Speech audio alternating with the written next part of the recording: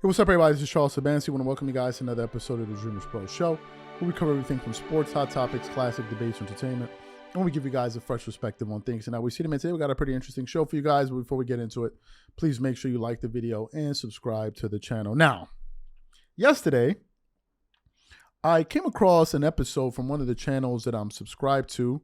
It's called what is it? Let me just confirm it. It's called the Podcast P with Paul George, right? This Paul George's podcast, the current Paul George that plays for the Los Angeles Clippers. And on there, I'd actually given Paul George podcast a shout out a few days ago when I was talking about a Gilbert Arenas show.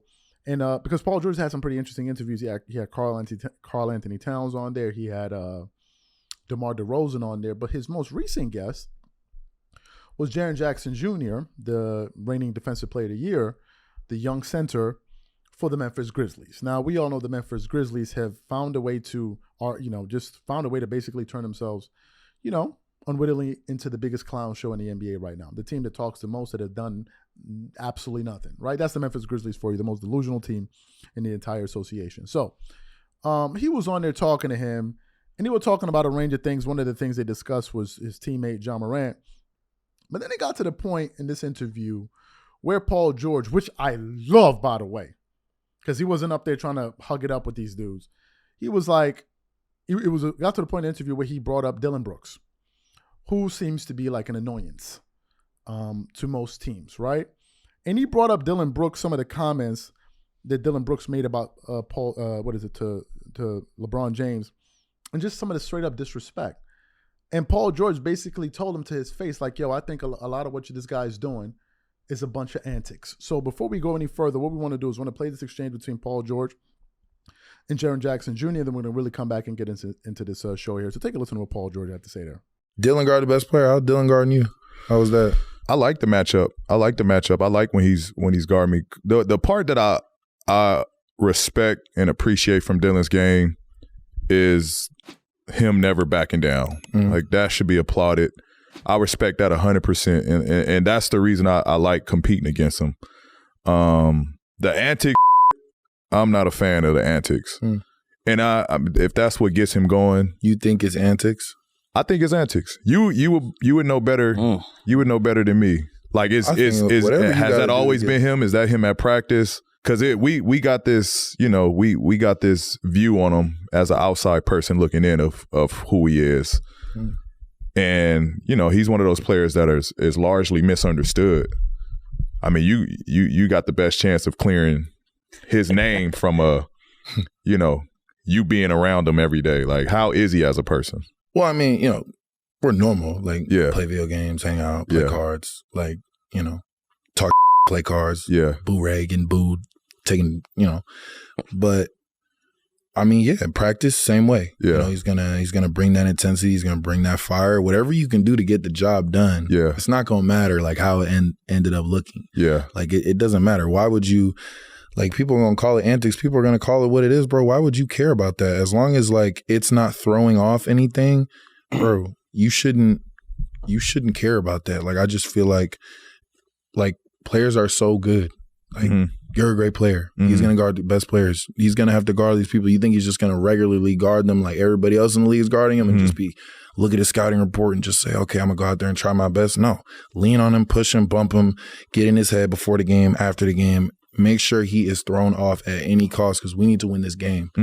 Do it so much that you're not thrown. Don't do it in like you can't be thrown. You got to be locked in. But throw him off. He's scoring. He just scored 50 on Utah. He's coming to Memphis. Don't. This isn't just go out there and bump him, move him. So I gotta ask then. Were you a fan of the he brought in that Lakers series? Keep explaining it to me. We talking about Dillon Brooks. Yeah. Okay. We talking about Dillon Brooks. Yeah. That's what we talking about. P got a story because he had him a same type of person on his team, Lance Stevenson, when he was tried to get in LeBron air back in the day, tried to blow. Didn't go too well.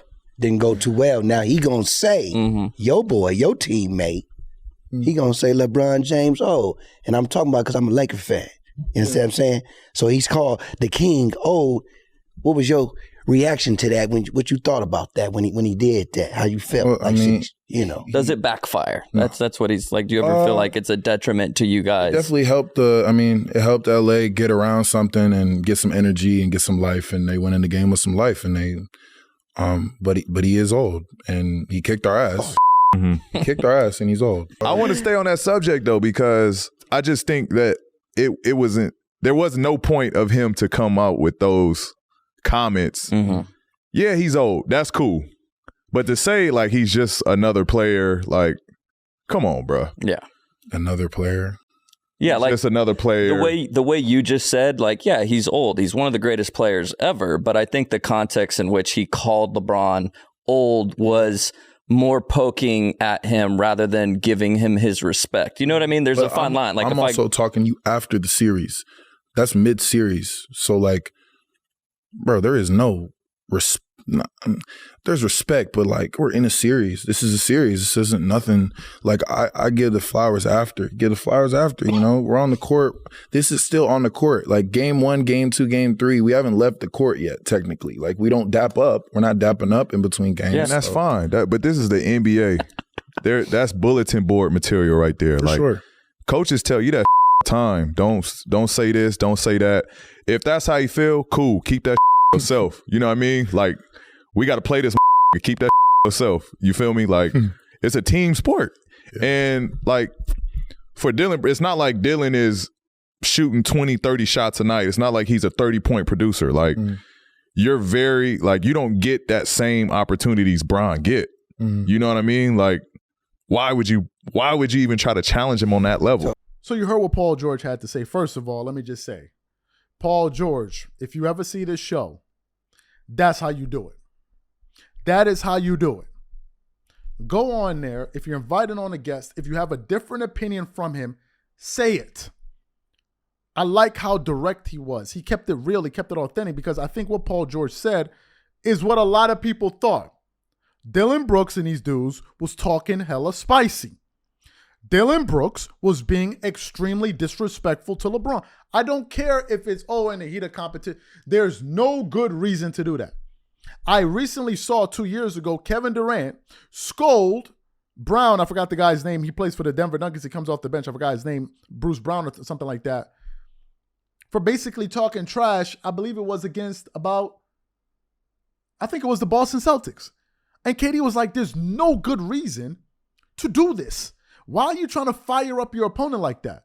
He said, this is just absolutely stupid. That's what KD said about his own teammate. But you heard what Jaren Jackson Jr. had to say about his own teammate, which pretty much gives you an insight as to why this team is the disaster that it is. It's just like one big delusion show. Everybody's playing tricks on the next guy. It's unbelievable.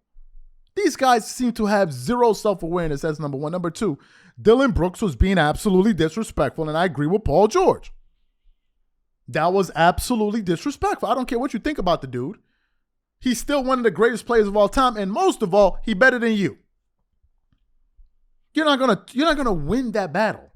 You're not gonna win the tit for tat of, LeBron come at me, gotta show. What the hell is LeBron gotta show Dillon Brooks? No, really. You still gotta show me. Show you what? Matter of fact, why don't you show him something? What LeBron gotta show you? No, let's think of what LeBron gotta show you. I'm just trying to picture some defender talking about, like, when Kobe was playing, like, Kobe got to show me he still got it. What? He got to show you what? You damn right it added fuel to the fire. You damn right it was bulletin board material. Paul George was 100% correct, but what I loved even more about it was the fact that Paul George said it to his face. He was like, nah, I think what he was doing was antics. Flat out, straight up, it was antics. That's what it was. It was antics. And it backfired in a major way. I could see if maybe you like a Paul Pierce going against LeBron. At least you know you can get buckets too. Give him 30. But really? And then you go out there and play like that? Nah, man. The Memphis, that ain't my team.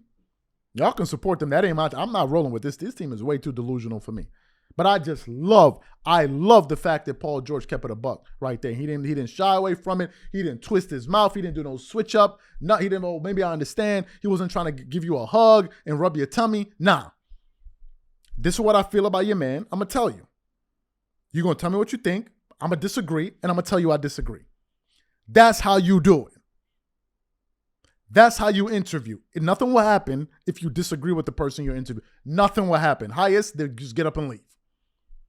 I thought he did a fantastic job. So what I want to know from you guys, number one, what do you think about Paul George's interviewing style in this particular segment? And number two, what do you think about the answers that Jaren Jackson Jr. gave? Whatever you guys think, please leave your thoughts in the comment section, and we'll catch you guys on the next show. Peace.